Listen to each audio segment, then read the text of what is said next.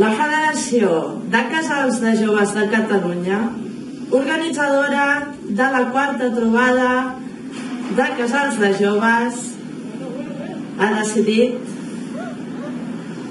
que les Olimpiades es celebraran a